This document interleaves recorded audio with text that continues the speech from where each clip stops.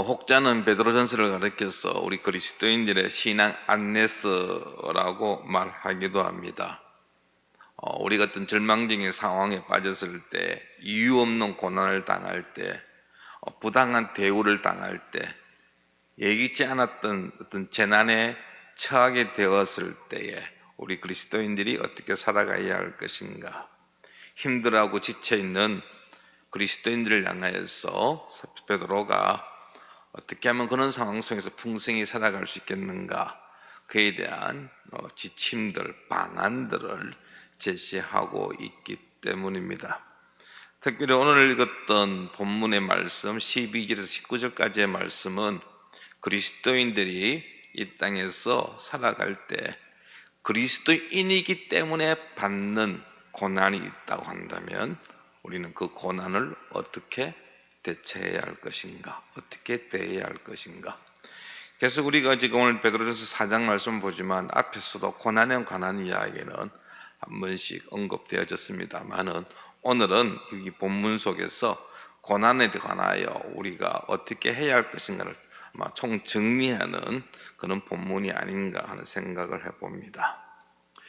우리가 그리스도인이기 때문에 이 땅에서의 고난을 피할 수는 없습니다.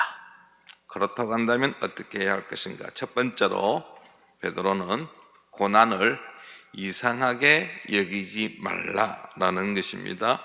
12절 말씀을 보십시오.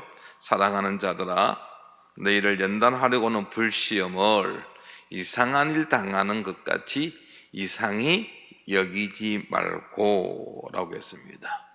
그리스도인이 당하는 고난을 여기서 베드로는 불시험이라는 단어를 사용하고 있습니다. 불시험. 그리스도인의 시험을 받는데 그 시험이 불로 인한 시험입니다. 불같은 시련, 그런 의미가 있고 불같은 고통의 체험. 불금 뜨겁죠. 뜨거운 체험. 그런데 그 뜨거움은 고통을 주는 체험이지요. 왜 하필 베드로가 불이라는 단어를 썼을까라고 생각할 수 있는데, 불은 깨끗하게 해줍니다. 우리 금이나 기금속들을 불에 넣으면은 이게 불순물하고 그리고 그 기금속하고 이렇게 구분되어지지 않습니까? 마찬가지로 우리의 믿음을 테스트하는 것이 마치 우리의 진짜 신앙과 거짓된 신앙을 구분하는 데에 이 불같은 어떤 의미가 있다라고 보는 것입니다. 그래서 우리의 시련을 통해서, 불같은 시련을 통해서 우리 속내 이것을 시험하고 정죄한다는 그런 의미에서 바울은 우리가 당하는, 그리스도인으로서 당하는 고난을 불시험이라고 명하고 있는 것입니다. 그래서 그리스도인들은 이 고난을 가운데서 믿음이 자라며 그리고 하나님께 더 큰 영광을 돌리게 되는데, 이 시험이 우리에게 주어지는 이유를 연단하려고 라고 표현하고 있습니다. 우리를 연단하기 위하여 하나님께서 우리에게 고난을 허락하신다라는 말씀이죠. 따라서 우리 성도들에게 있어서 고난은 필수입니다. 피할 수가 없는 것입니다. 그리스도인이라고 한다면 예수님 때문에 받는 고난이 다 있습니다. 물론 사람들마다 천차만별입니다. 다를 수 있습니다. 강도에 있어서 차이가 있을 수 있습니다. 빈도에 있어서 다를 수가 있습니다. 그러나 고난을 피할 수는 없다라는 것입니다. 우리를 향한 하나님의 놀라운 계획 안에는 우리에게 복을 주시기도 하지만 우리로 하여금 종종 고난과 어려움을 주시기도 한다라는 것입니다. 우리를 더욱더 연단시키기 위하여, 온전한 그리스도인으로 우리를 자라게 하기 위하여, 성장시키기 위하여 하나님은 우리에게 고난을 주신다라는 것입니다. 따라서 고난은 어떻게 보면 우리를 향한 하나님의 플랜, 하나님의 계획의 일부라고 할 수 있겠습니다. 따라서 우리 그리스도인들은 믿지 아니하는 자들에게 고난당함을 이상히 여기지 말아야 한다라는 것입니다. 이상히 여기다라는 것은 놀라는 거지요. 당혹스러운 놀람을 가리킵니다. 왜 내가 이런 고난을 당해야 하느냐? 믿어지지 않는다라는 것입니다. 그런데 우리 그리스도인들은 그런 고난을 받을 준비를 하고 있어야 한다는 것이죠. 핍박당할 것을 미리 예견하고 있어야 한다는 것입니다. 고난이 낯선 것처럼 생각해서는 안 된다라는 것입니다. 요한일서 3장 13절 말씀에 보면 형제들아 세상이 너희를 미워하여도 뭐 하지 말라? 이상히 여기지 말라 말씀입니다. 믿지 아니하는 자들이 우리를 미워하는 것, 다르게 표현하면 당연하다라는 것입니다. 결코 이상한 일이 아닙니다. 베드로가 이처럼 이상히 여기지 말라고 권면한 것은 이 편지를 읽는 독자들이 여러 어려움 속에서 생활하고 있었기 때문입니다. 소아시아 지방에 복음이 전파되어지던 초창기부터 그리스도인들을 향한 핍박이 있었기 때문입니다. 유대인들에게 핍박이 있었고 그 지역의 관료들로부터 핍박이 있었다라는 것입니다. 종교적인 이유, 정치적인 이유, 다양한 이유로 예수 믿는 사람들이, 복음을 받아들인 사람들이 이웃들에게, 주변 사람들에게 어려움을 당하고 있었기 때문에 베드로가 이야기합니다. 지금 너희들이 당하고 있는 어려움은 다 주어지는 것이기 때문에, 낯선 것이 아니기 때문에 그것을 이상하게 생각하지 말라라는 것입니다. 믿지 않는 상황 생활 속에다가 예수님을 믿었습니다. 삶이 달라집니다. 그러면서 믿지 아니하는 자들과의 갈등이 생깁니다. 믿지 아니하는 자들이 이상한 시선으로 바라봅니다. 그럴 때에 그런 어떤 개인적인 적대감을 경험할 때에 문화적인 고립을 당하는, 오늘날로 이야기하면 왕따 당할 때에 그것에 대해서 개의치 말라는 것이죠. 혹시 우리가 알고 있는 게 잘못된 것인가? 우리의 삶이 잘못되지는 않았는가라고 의아해할 필요 없다는 것입니다. 왜냐하면 우리는 하나님의 말씀대로 살아가는 그리스도인이기 때문에 우리가 들어야 할 것은 세상의 문화가 아니고, 쫓아야 할 것은 세상의 문화가 아니고 하나님의 말씀이기 때문에 믿지 아니하는 자들과 생각이 다를 수밖에 없고 믿지 아니하는 자들과 문화가 다를 수밖에 없다라는 것입니다. 성도 여러분, 우리의 일터나 또는 우리의 이웃들에게 우리가 예수 그리스도를 믿는다는 사실을 담대히 드러내시기를 바랍니다. 두려워하지 마십시오. 믿지 아니하는 자들과 다른 모습을 보여줄 수 있기를 바랍니다. 우리가 그런 행동을 하고 그런 생각을 할 때 믿지 아니하는 자들이 이상하다라고 할지라도 우리는 그것을 충분히 감내할 수 있어야 할 것입니다. 두 번째로 베드로는 고난을 즐거워하며 참여하라고 말씀하고 있습니다. 13절 말씀입니다. 13절을 제가 읽어보겠습니다. 오히려 너희가 그리스도의 고난에 참여하는 것을 무엇하라? 즐거워하라. 이는 그의 영광을 나타내실 때 너희로 즐거워하고 기뻐하게 하려 함이라 했습니다. 베드로는 고난을 받았을 때 얼짜빠를 몰라서 우왕좌왕하지 말고 즐거워하라고 권면하고 있습니다. 우리가 그리스도에 대한 믿음 때문에 고난받을 때 그것은 곧 그리스도의 고난에 참여하는 것이다 라고 말씀하고 있습니다. 우리 성도들이 받는 고난은 그 예수 그리스도께서 받은 고난이라는 것이죠. 따라서 성도가 믿음 때문에 고난받는다는 것은 우리가 예수 그리스도께 속해 있는 자라는 사실을 증명해 준다라고 하는 것입니다. 예수님을 믿지 아니할 때는 받지 않았던 그 고난이 예수님을 믿음으로 말미암아 고난 받는다는 것은 곧 우리가 예수님께 속한 자라는 사실을 보여주기 때문입니다. 예수 그리스도와 우리가 하나라는 사실을 우리에게 말씀하고 있기 때문입니다. 고난은 우리가 그리스도인이라는 사실, 그리스도의 사람이라는 사실을 확고하게 해주는 것입니다. 요한복음 15장 20절입니다. 사람들이 나를 박해하였은즉 너희도 뭐 한다고요? 박해할 것이요.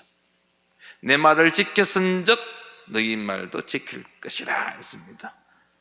예수님 말씀하시기를 사람들이 나를 박해할 것인데 나만 박해하는 것이 아니라 누구도 박해한다고 해요. 너희도 제자들도 박해를 받게 될 것이다 라고 말씀하고 있습니다.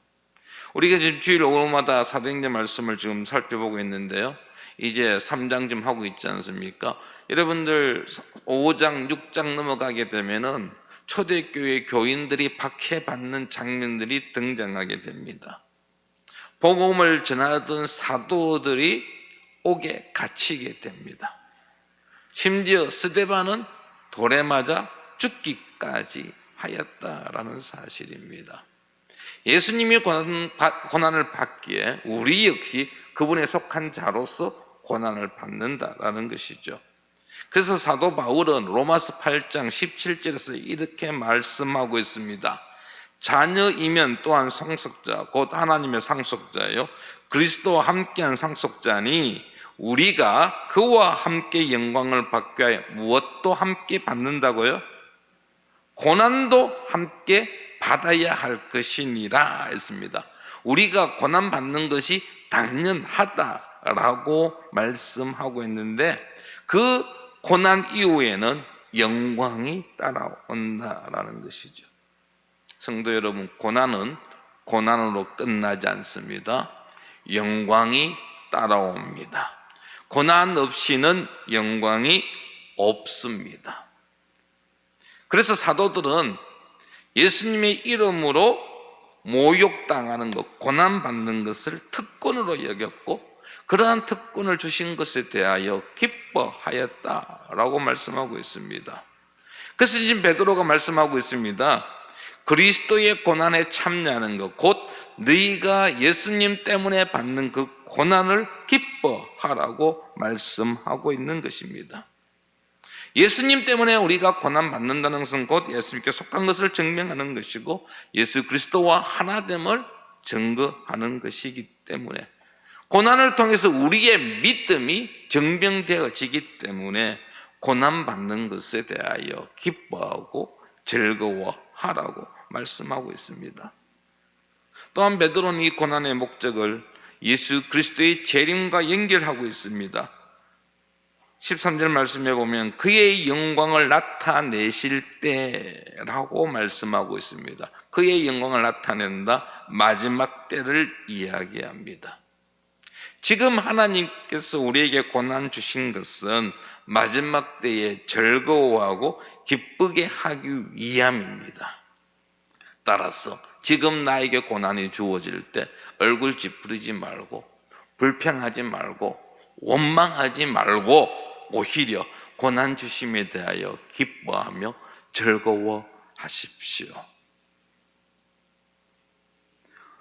우리가 하나님께 속한 자임을 다시 한번 확인할 수 있는 기회를 주셨음을 기억하고 감사할 수 있는 우리 성도들 되기를 바랍니다.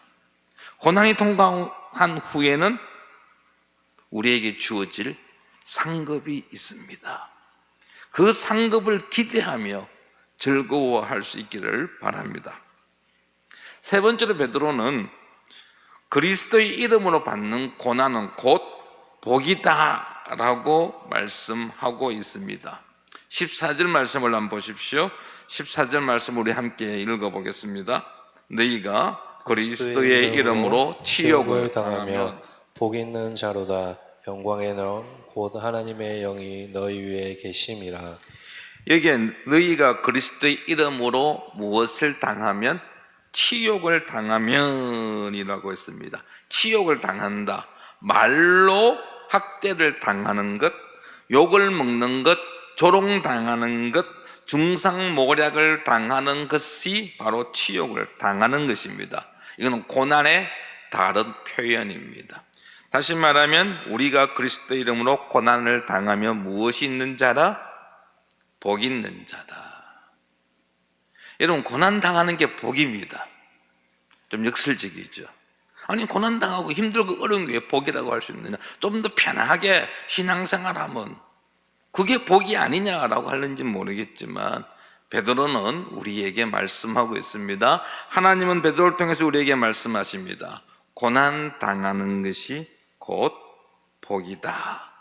예수 그리스도 때문에 거부당하거나 따돌림 당하는 것이 곧 복이다 라고 말씀하고 있습니다.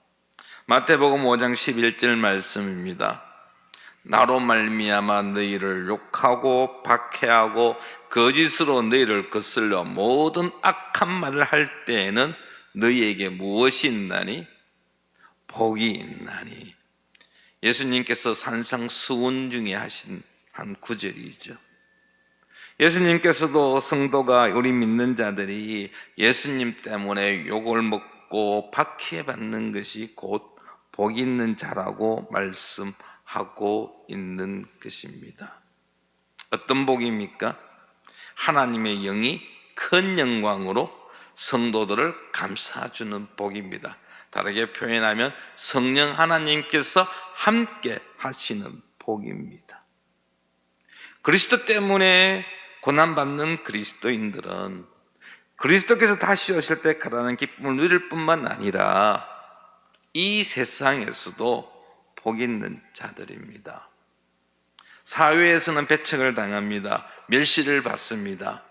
그런데 그것이 복 있는 자의 모습입니다. 영광의 영, 곧 하나님의 영이 그의 위에 머문다라고 했습니다. 그리스도께서 성령 하나님을 보내어 주시어서 믿음 때문에 핍박받는 자를 도와주십니다. 이게 복입니다. 성령이 우리와 함께 하십니다. 성령께서 우리와 함께 하시기 때문에 우리는 그들과 다른 삶을 살아갈 수 있습니다. 절대로 세상과 같아질 수가 없습니다.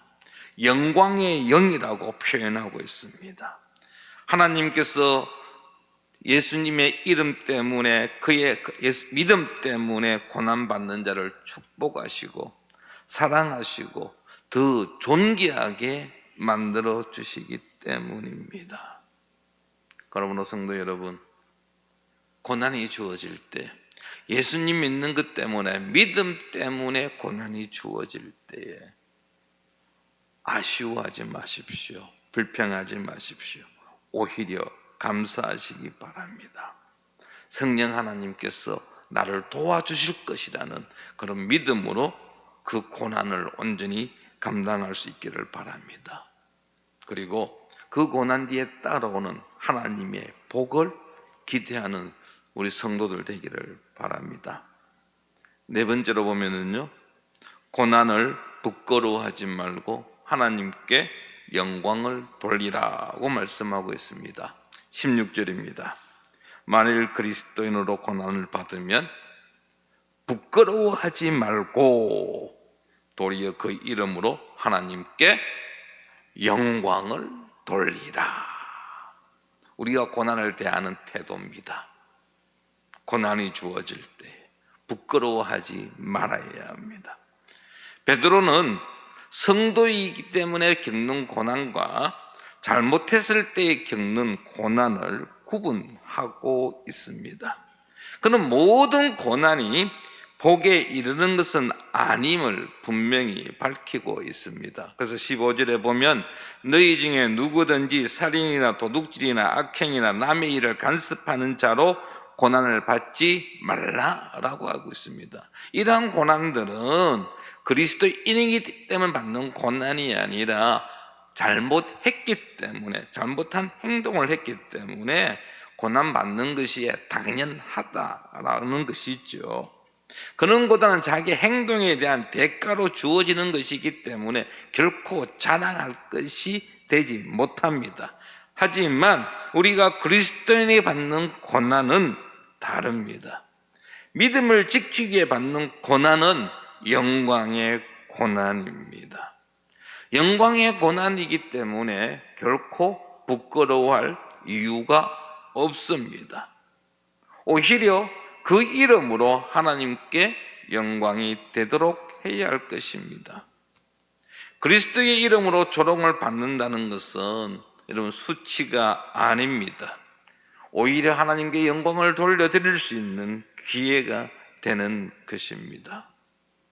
고난 가운데 우리 성도들은 하나님의 이름을 나타내기 때문에 하나님께 영광을 돌릴 수 있는 것입니다. 모든 그리스도의 행동이 고난을 부르지는 않습니다. 성도들이 고난을 받아야 한다면 그 고난은 우리의 믿음 때문이어야 합니다. 그것이 곧 복에 이릅니다. 일부러 고난을 추구해서도 안 되지만은 그렇다고 고난을 피하려고 애써도 안 되는 것입니다. 그리스도인이 되어서 고난 받는다는 것을 여러분 어디에서든지 언제든지 부끄러워하지 마십시오. 당당하게 담대하게 그 고난을 받아들이시기 바랍니다. 그리고 그 고난을 통하여서 하나님을 기쁘시게 하고 하나님께 영광 돌리는 우리 모두가 되기를 바랍니다. 고난을 즐거워하는 근거는 고난 그 자체에 있지 않습니다. 그리스도의 이름을 위하여 그리스도인이기 때문에 고난받는다는 사실에 있습니다. 그리스도인이라는 사실 때문에 당하는 고난은 우리가 예수 그리스도께 속한 자이고 그분을 따르고 있다는 것을 증명하는 것이기 때문입니다. 그리스도인에게 받는 고난이 부끄럽습니까? 두려워하지 마십시오. 염려하지 마십시오. 우리가 받는 고난은 훗날 불의한 자들이 당하는 고통과는 비교가 되지 않습니다. 그러므로 고난이 주어질 때에 하나님께 영광 돌리는 우리 모든 성도들 되기를 바랍니다. 마지막으로요, 우리가 고난 당할 때 어떻게 해야 할 것인가? 창조주 하나님께 의탁하십시오. 19절입니다. 함께 19절 말씀을 읽도록 하겠습니다. 그러므로 하나님의 뜻대로 고난을 받는 자들은 또한 선을 행하는 가운데에 그 영혼을 믿으신 창조주께 의탁할지어다 라고 했습니다. 하나님의 뜻대로 고난받는 자들은 어떻게 한다고요? 의탁해라. 의탁하다, 맡기다 라는 말씀입니다. 누구에게 맡기라고요? 하나님께 맡기라는 것입니다. 그런데 그 하나님 어떤 하나님이십니까?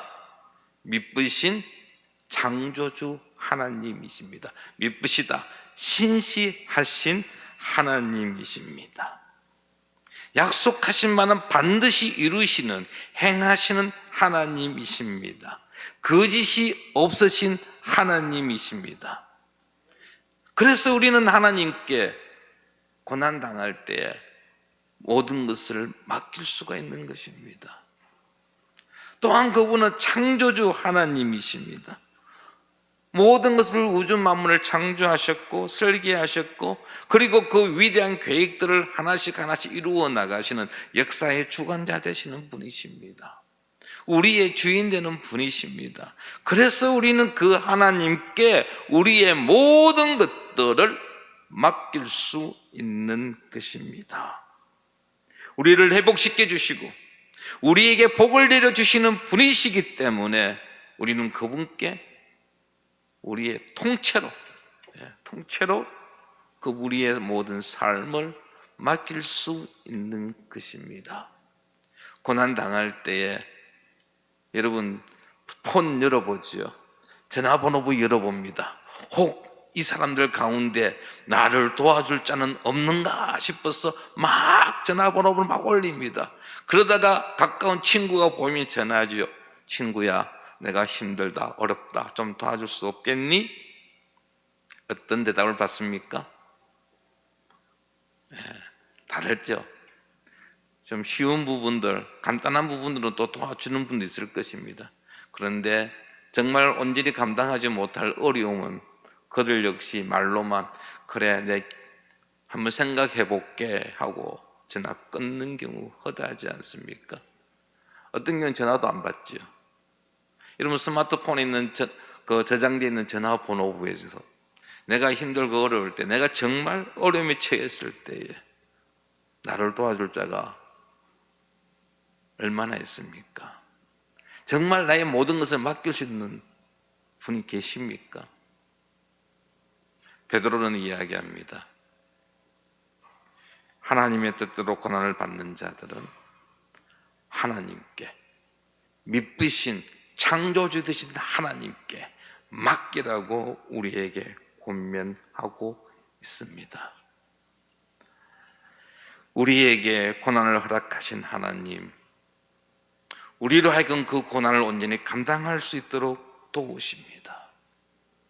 우리가 그 고난을 통하여 영적으로 성장하기를 원하십니다.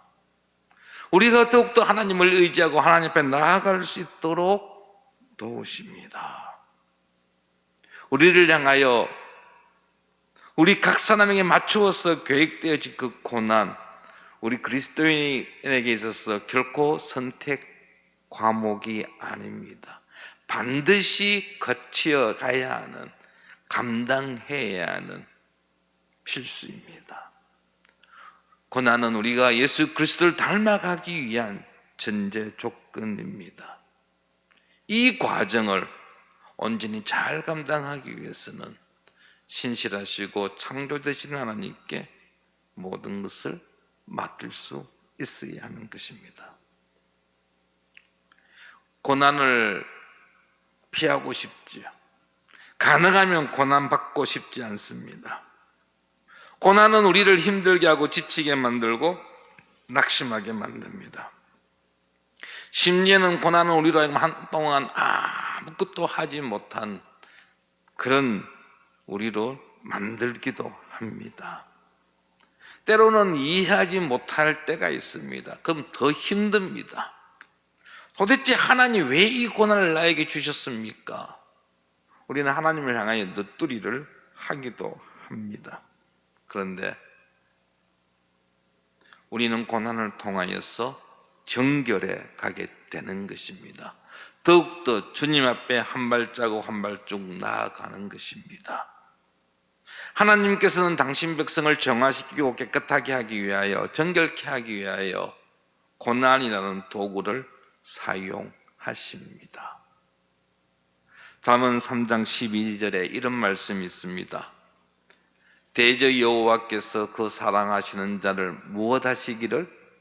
징계하신다. 누구를 징계하신다고요?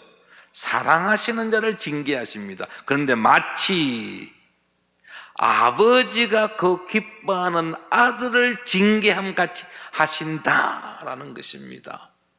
여러분, 아버지가 아들을 징계할 때의 어떤 마음입니까?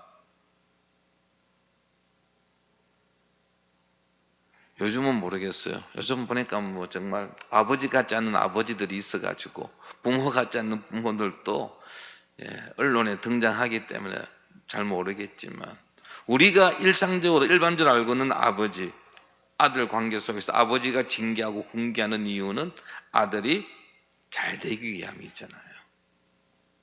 아들이 바른 길로 가고 그가 정말 이 땅에서 사람답게 살기 위해서 아버지가 아들을 징계함 같이 하나님께서 사랑하시는 자, 하나님을 믿고 따르는 자들을 하나님은 징계하신다라고 말씀하십니다. 왜 그렇습니까? 하나님의 속한 자에게 예수 그리스도의 피로 구속하신 구원한 자이시기 때문에 이 땅의 그 무엇과도 비교할 수 없는 위대한 글작품이기 때문에, 그래서 하나님은 때때로 우리를 징계하십니다. 우리에게 관심이 있기 때문에 우리를 징계하십니다. 우리는 그 징계를 받으면서 하나님과 동행하며 성숙해져 가는 것입니다. 그러므로 어떠한 고난이 있다 할지라도 불평하지 마시기 바랍니다.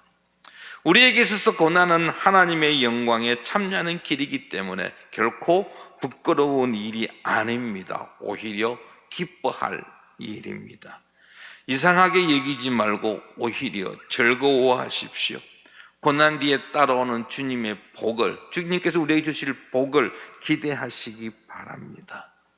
마지막으로 야고보서 1장 12절 말씀을 보겠습니다. 우리 같이 한번 읽어보겠습니다. 야고보서 1장 12절 말씀. 시험을 참는 자는 복이 있나니 이는 시련을 견디어낸 자가 주께서 자기를 사랑하는 자들에게 약속하신 약속하신 생명의 멸류관을 얻을 것이기 때문이라. 아멘. 주께서 자기를 사랑하는 자들에게 무엇을 주신다고요? 생명의 멸류관을 주신다는 것입니다. 시련을 견디어낸 자에게 주님이 허락하신 그 시련, 예수님을 믿기 때문에 받는 그 고난을 이겨내는 자에게 생명의 멸류관을 지금 약속하신다라고 말씀하고 있는 것입니다. 우리 믿는 자들에게 어려움이 찾아오면, 고난이 찾아오면 우리의 믿음이 부족해서가 아닙니다. 오해하지 마십시오. 믿음이 부족하기 때문에 우리에게 고난이 있는 것이 아닙니다. 하나님이 우리를 사랑하지 않기 때문에 우리에게 고난이 있는 것이 아닙니다. 우리를 더 온전히 예수 그리스도를 닮아가도록 하기 위하여, 하나님의 자녀답게, 하나님의 백성답게 하기 위하여 주님은 우리에게 고난을 허락하고 계십니다. 우리 그리스도인에게 있어서 고난은 그분의 영광에 참여하는 길입니다. 따라서 부끄러운 일이 아니라 기뻐해야 할 일입니다. 하나님께 모든 것을 맡기고 그분의 뜻 가운데 고난받는 삶을 즐거워하는 우리 모든 성도들 되기를 축원합니다.